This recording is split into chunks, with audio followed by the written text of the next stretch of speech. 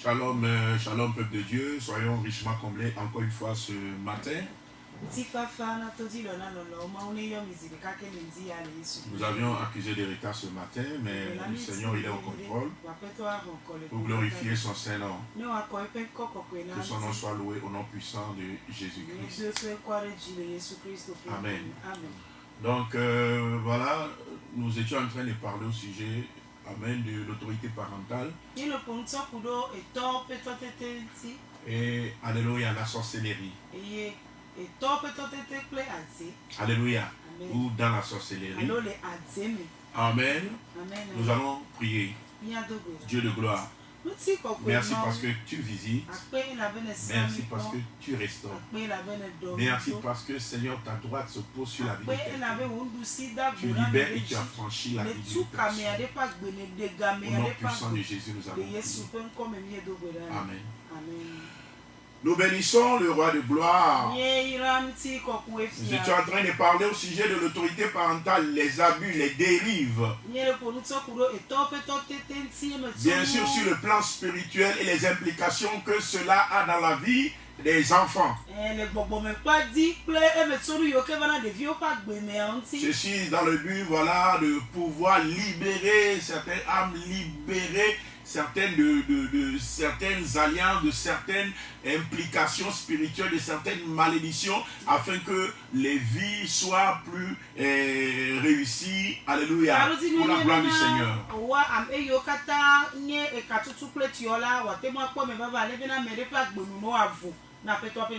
Donc nous parlons des dérives. Alléluia. Nous parlons des déviations de l'autorité parentale. Et nous disons que voilà, il arrive que les parents des fois soient tentés à sacrifier leurs enfants, à utiliser leurs enfants comme un moyen de réussite.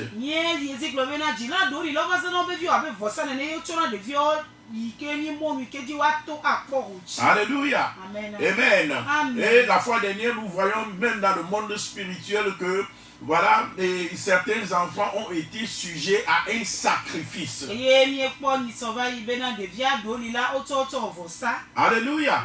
Et je parlais de cela en évoquant certains tests. Amen. Il y a des pensées en vogue, des idées en vogue qui se lèvent même contre ce que la parole de Dieu dit. Alléluia. Et la fois dernière, je disais par exemple une pensée en vogue qui dit souvent, si ton père, si ta mère veut te tuer, et il aurait pu te tuer dès ton enfance, ce n'est pas lorsque tu es devenu grand que ton papa va te tuer. S'il ne t'a pas tué dans ton enfance, donc ça veut dire qu'il ne veut pas te tuer.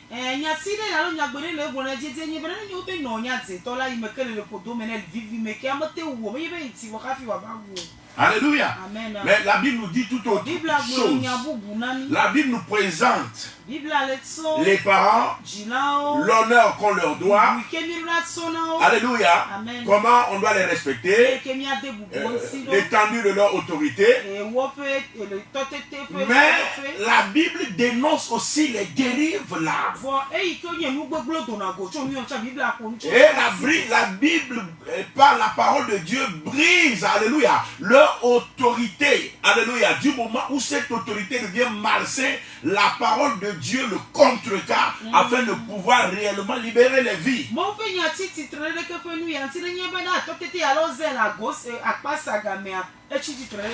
Quand nous lisons par exemple dans le livre de 2 Rois 3, le verset 26 à 27. Les premiers types de dérives, c'est le fait d'utiliser les enfants en sacrifice. Et le fait d'utiliser les enfants en sacrifice, en se basant sur l'autorité parentale, cela des fois a lieu sur le plan physique. Mais surtout, c'est des choses qui ont lieu sur le plan spirituel. Alléluia. Amen. Amen. La vie d'un enfant est sacrifié par certaines personnes. Alléluia. Amen. La bénédiction de certains enfants est sacrifiée sur le plan spirituel. Amen. Il y a beaucoup de personnes, leur échec, alléluia, leur non-réussite, leurs problèmes, découlent de leur origine. Et d'entre eux, il y en a. Leur problème, ça provient de leur père ou de leur mère qui les a engendrés. Ça fait partie des réalités spirituelles qui sont des réalités indéniables. Et je disais la fois dernière, quiconque parle que ça ne peut jamais avoir lieu, cette personne est manipulatrice. Alléluia. Ou c'est une personne qui ne lit même pas la Bible. Ou qui ferme les yeux pour ne pas voir la réalité que nous avons en face et tout autour de nous. Quand nous lisons dans 2 Rois 3, le verset 26 à 27, la Bible nous dit ceci. Nous lisons au nom puissant de Jésus. Le roi de Moab, voyant qu'il avait le dessous dans le combat, le dessous dans le combat, alléluia, prit avec lui 700 hommes, tirant l'épée pour se frayer un passage jusqu'au roi d'Édom.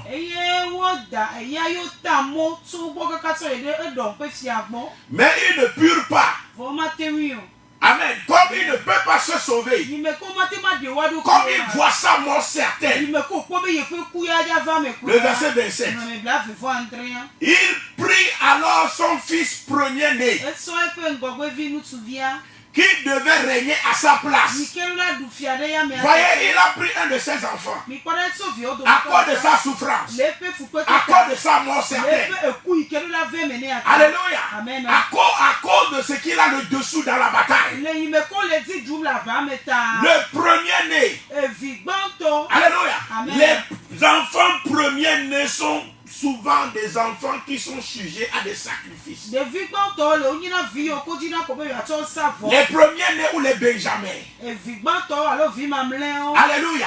Donc il prit alors son premier-né qui devait régner à sa place. Et il l'offrit en holocauste. Ce qui veut dire qu'il tua l'enfant là. Il mit le feu et brûla l'enfant en honneur des vaudous. Amen.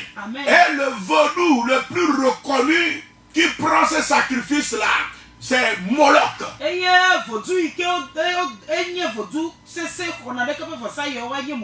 Alléluia. Souvent c'est Moloch, Baal-Péor, qui prend ces sacrifices-là. Alléluia. Dans la parole de Dieu.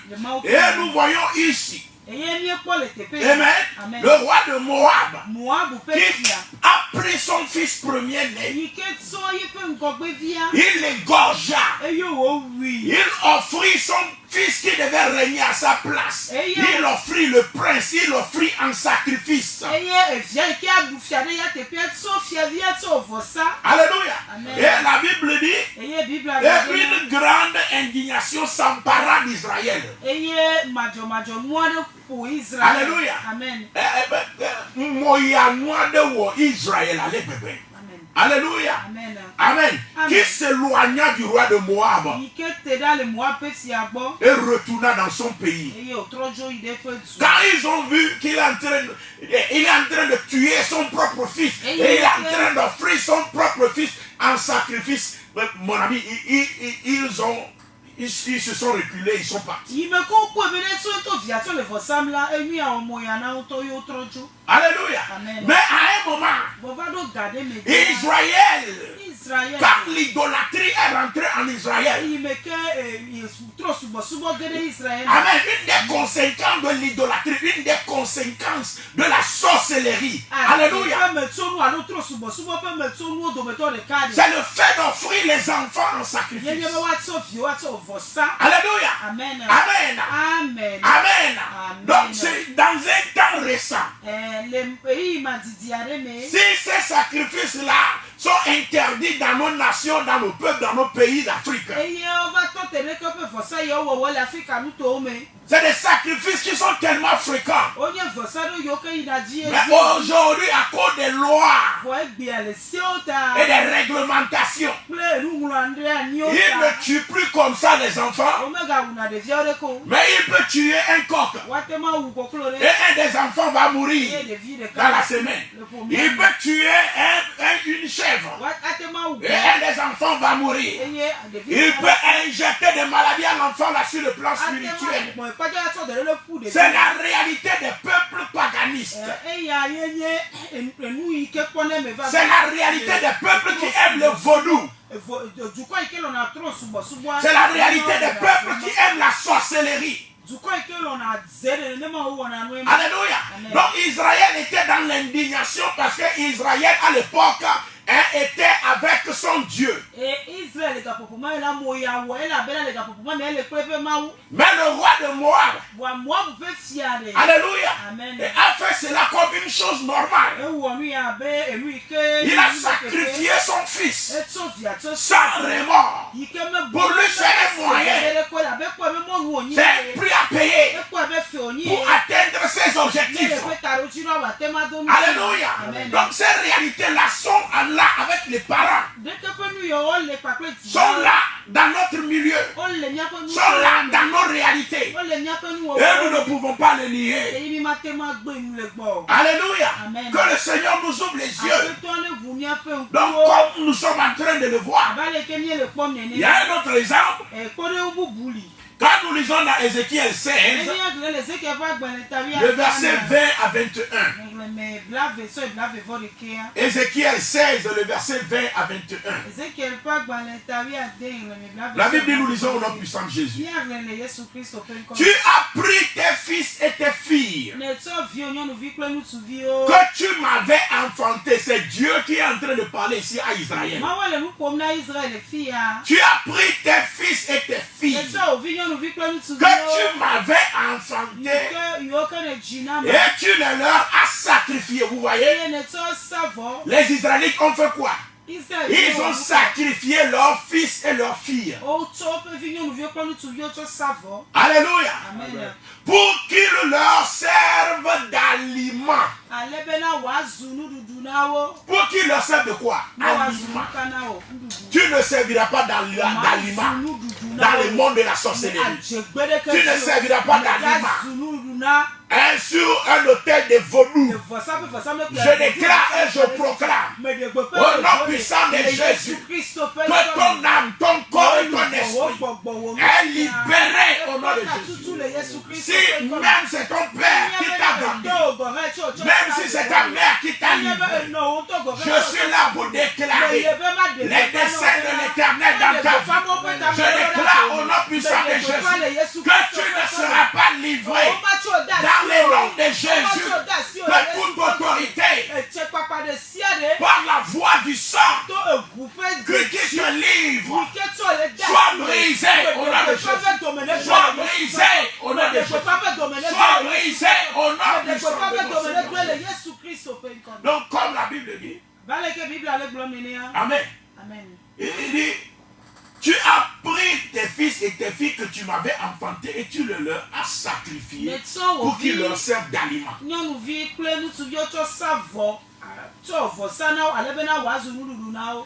N'est-ce pas assez de tes prostitutions? Tu as égorgé mes fils et tu les as donnés en les faisant passer par le feu en leur honneur. Vous voyez? Ça c'est un sacrifice à Moloch. Alléluia. On fait un grand brasier Alléluia. Amen. On met des bichons et puis on met le feu. Et il jette les enfants dans le feu. Et il joue dans le tambourin. Alléluia. Amen. Surtout dans la vallée de Tophet. Et quand il joue le tam-tam, même quand les enfants crient, leur voix ne porte pas parce que la voix des tam-tam étouffe la voix des enfants. Quand ces enfants sont à demi-morts, ne sont pas encore totalement morts, il les retire du feu. Et il leur déchire la poitrine. Et ils arrachent le cœur. Et ils offrent un sacrifice à Moloch. Ils offrent le cœur là en sacrifice à ces vaudous pour recevoir la vie, pour recevoir l'abondance. Regardez jusqu'à quel point l'être humain peut aller. Comme, alléluia, cette personne est manipulée par la sorcellerie. Quand cette personne est manipulée par l'idolâtrie. Alléluia. Amen. Amen. Donc comme nous sommes en train de le voir, Dieu est en train de les reprocher. Il dit, vous avez égorgé mes enfants. C'est des enfants que vous m'avez enfantés. Vous les avez égorgés. Vous les avez sacrifiés afin que ces enfants-là servent d'aliment à ces vaudous-là. C'est quelque chose qui est à la mode. C'est devenu la mode en Israël. Lorsque la Bible nous dit que Israël est rempli de l'Orient. Amen. Amen. Selon Ésaïe 2, le verset 6. Il s'adonne à la magie comme les Philistins. Et Jérémie aussi a dénoncé cela. Dans Jérémie 3, le verset 24. Il dit, les idoles ont dévoré le produit du travail de nos pères. Leurs fils et leurs filles. Les idoles ont dévoré leurs fils et leurs filles. C'est-à-dire, on a offert ces enfants-là en aliment à ces vaudous. Ils sont sacrifiés, présentés comme des sacrifices. Et presque toutes les familles en Israël se sont données à ces pratiques hideuses. Alléluia. Ils se sont donnés à ces ignominies. Et comme, alléluia, nous sommes en train de le dire. C'est pourquoi le Seigneur dit, avant que le réveil ne vienne, il ramènera le cœur des pères vers leurs enfants. Un père qui a un cœur de chair ne peut pas faire ce que, alléluia, ces parents-là ont fait. C'est pourquoi la Bible dit que désormais, nous ne sommes plus nés ni du sang, ni de la volonté de la chair, ni de la volonté de l'homme.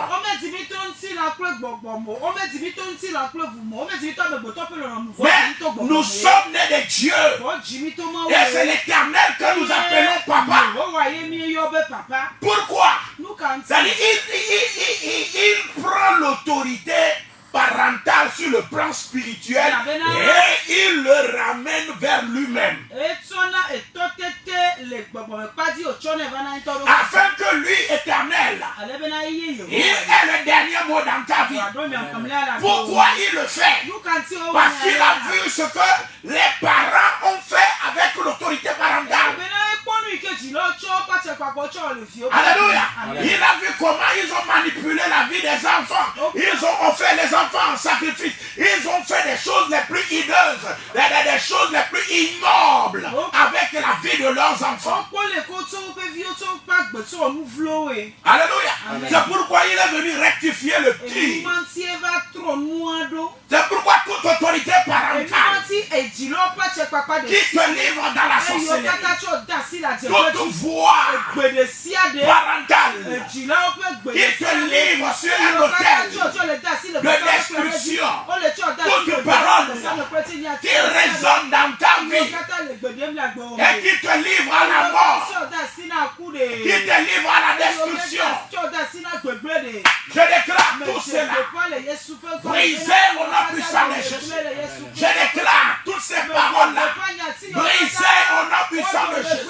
Que le sang de l'agneau parle en ta faveur. Au nom puissant de Jésus. Je ne t'écoute pas me dire Amen. Donc comme je suis en train de l'expliquer.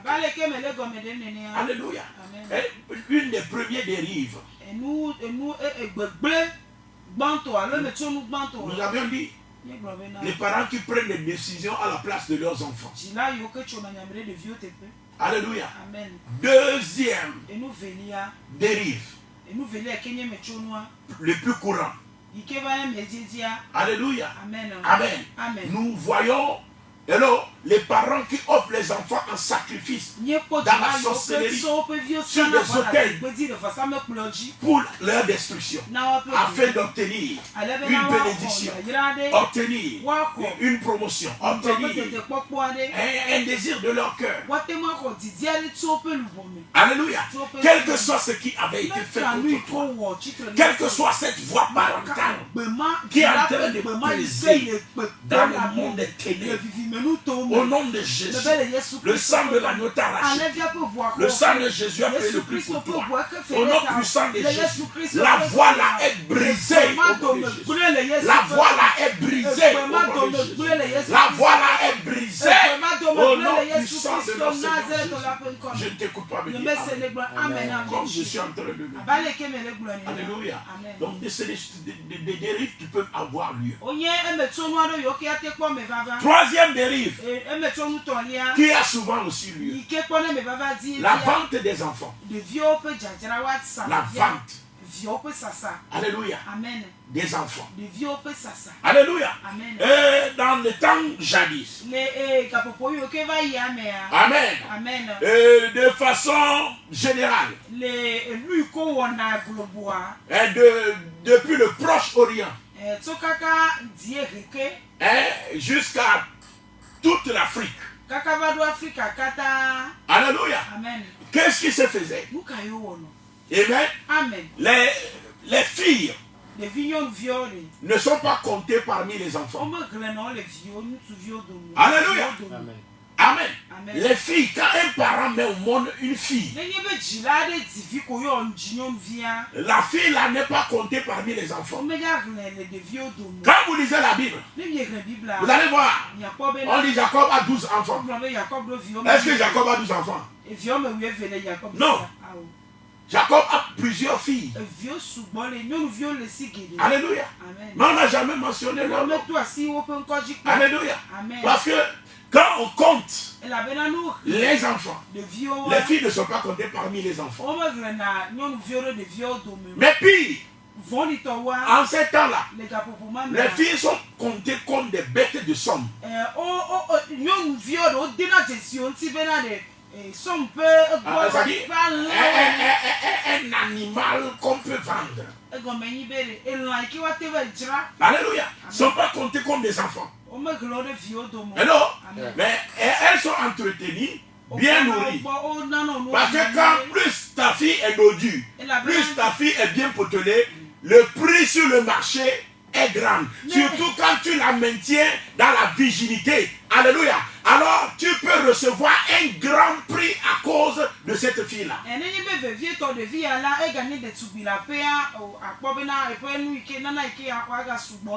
Alléluia. Et les enfants, les filles sont vendues par les parents. Certains parents attrapaient leurs enfants. Les amenaient au marché. Ça va les vendre. Reçoivent l'argent, mettent dans la poche. Et reviennent à la maison. Alléluia. Amen. Et c'est la pratique là qui a engendré ce qu'on appelle la dot. La dot. Amen. L'idée, la première idée derrière la dot, c'est le prix de la femme. C'est le prix de vente. Amen. Puisque aujourd'hui, la traite de la personne est défendue. On ne peut plus vendre un être humain de nos jours. Alléluia. Amen. Donc aujourd'hui, on a trouvé d'autres idées pour soutenir. Alléluia. Amen. Cette pratique-là qui était là, alléluia. Amen. Amen. Depuis l'Antiquité. Amen. Amen. La première idée derrière, c'était la vente des filles. Amen. Amen. Et quand vous lisez la parole de Dieu, amen. Amen. Vous allez voir la Bible même faire plusieurs fois allusion à ce type de vente-là. Et au temps de Moïse, le Seigneur n'a pas interdit en même temps, mais il a réglementé. Ok, si vous voulez vendre vos filles, vous pouvez les vendre, mais vous pouvez les vendre, mais pas à des étrangers. Alléluia. Amen. Etc. Mais c'est ensuite que la traite a été totalement bannie. Donc quand nous lisons par exemple, alléluia, quand nous lisons dans Exode, le chapitre 21, le verset 7 à 8. Exode 21, verset 7 à 8. La Bible dit ceci. Il dit, si un homme vend sa fille, voyez là où l'autorité parentale peut amener quelqu'un. Un parent qui s'en va jusqu'à vendre sa fille. Parce que c'est lui qui l'a engendré. Alléluia. C'est la parole de Dieu qui a ramené beaucoup de choses dans les normes et dans l'ordre. Donc si on est un parent ne peut pas faire ça, un parent ne peut pas faire ça là. Référez-vous à l'histoire. Alléluia. Et vous saurez ce que l'être humain a fait avec l'autorité. Le pouvoir et l'autorité saoulent. Alléluia. Donc si ce n'est pas réglementé, alléluia, ça détruit des vies. Amen. Donc si un parent vend sa fille pour être esclave, elle ne sortira pas, la fille ne sortira point comme sortent les esclaves. C'est-à-dire, Dieu demande, au moins si vous voulez vendre vos enfants, accordez à ces filles-là au moins une statut particulière des autres esclaves. Il ne faut pas traiter.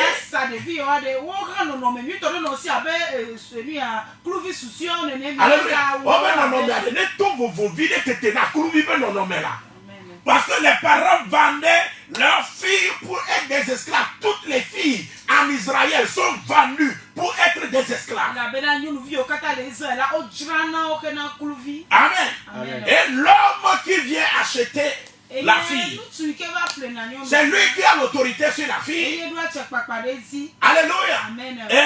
Amen. Et la fille est là comme sa servante. Amen. Amen. Amen. C'est pourquoi je veux d'abord m'arrêter là, je ne vais pas trop rentrer dans les détails. Amen. Mais nous devons connaître la parole de Dieu. Si un homme vend sa fille pour être esclave, elle ne sortira point comme sortent les esclaves.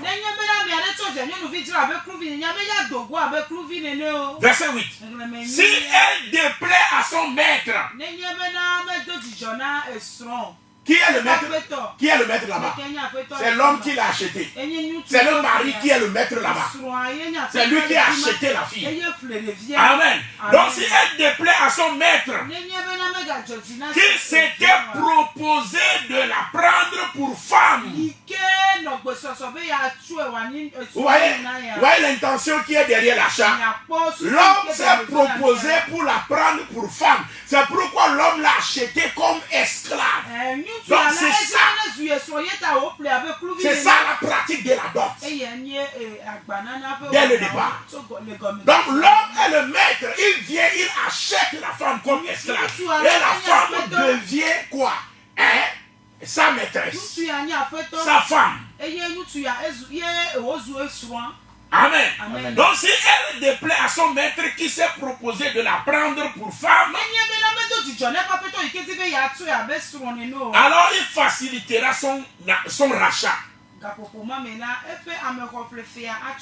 Amen. C'est-à-dire, le maître qui t'a pris, qui a couché avec toi comme il veut, si demain tu ne lui plais plus, il va te vendre à un autre homme.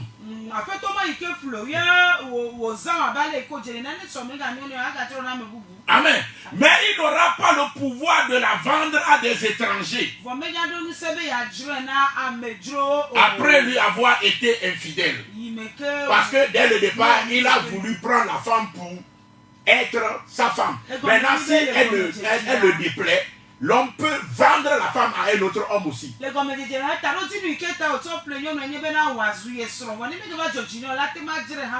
Hello. Amen. C'est pourquoi beaucoup d'hommes, il arrive que il ne veut plus la femme. On dit de lui retourner sa dot. Si on ne lui retourne pas sa dot, il a le droit de vendre la femme à un autre homme pour prendre l'argent. Parce que la femme est juste considérée comme une bête de somme. Alléluia. Donc on les vend. On les achète. Alléluia. Donc ici, nous voyons, Dieu est en train d'interdire un peu. Il dit, vous ne pourrez pas vendre ces femmes-là comme, amen, des esclaves. Elles ne doivent pas sortir comme sortent tous les autres esclaves. Et vous ne pouvez pas vendre les femmes-là aux étrangers.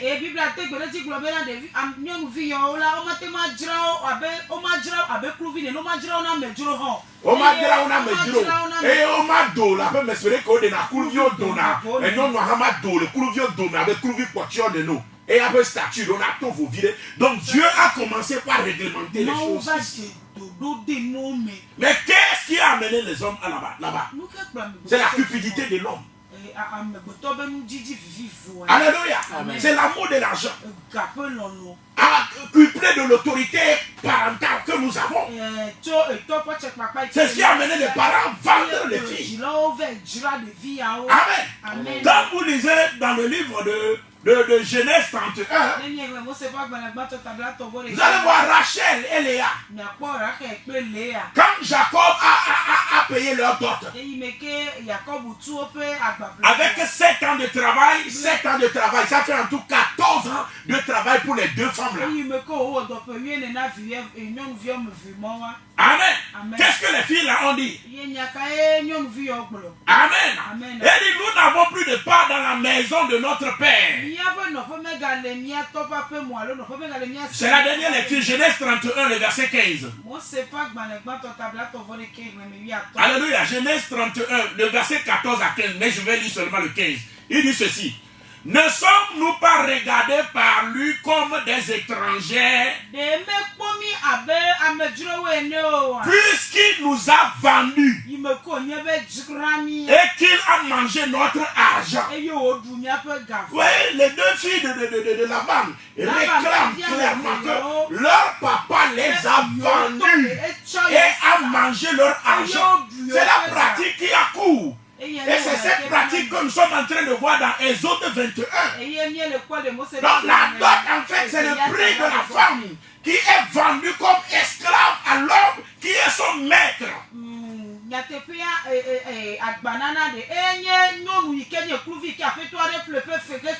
C'est pourquoi vous allez voir nos mamans là, nos grands-mamans, les Sarah, les Rebecca, vous allez voir, ils appellent toujours nos papas là, leur Seigneur, mon Seigneur, mon Seigneur. C'est le nom que les esclaves appellent à leur maître.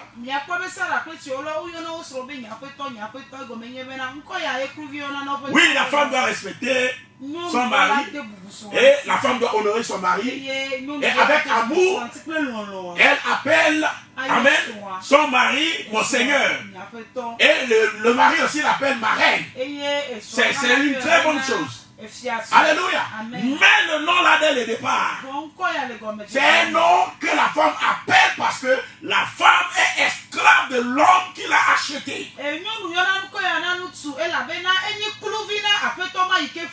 Nous en reviendrons, on va prier. Parce que la vente qui a eu lieu sur le plan physique, il y a certaines ventes qui ont aussi lieu sur le plan spirituel. Alléluia. Amen. Et même dans la pratique de dot dans certaines cultures aujourd'hui, beaucoup de choses se passent. Mais nous voulons briser certains liens. Nous voulons briser certaines choses.